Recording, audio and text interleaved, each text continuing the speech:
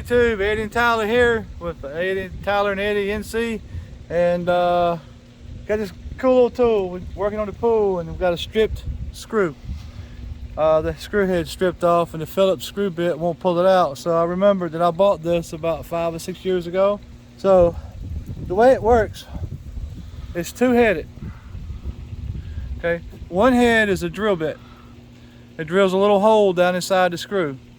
The other head is a reverse thread threader.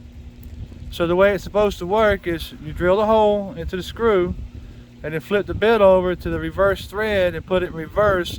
And as it turns in reverse, it actually drills into the screw, getting tighter and tighter and tighter, and eventually pulls the screw out. So the screw we're having to deal with is right here. And when you put the screw bit in there,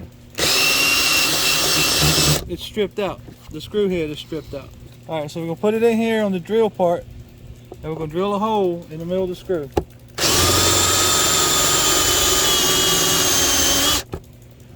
Okay.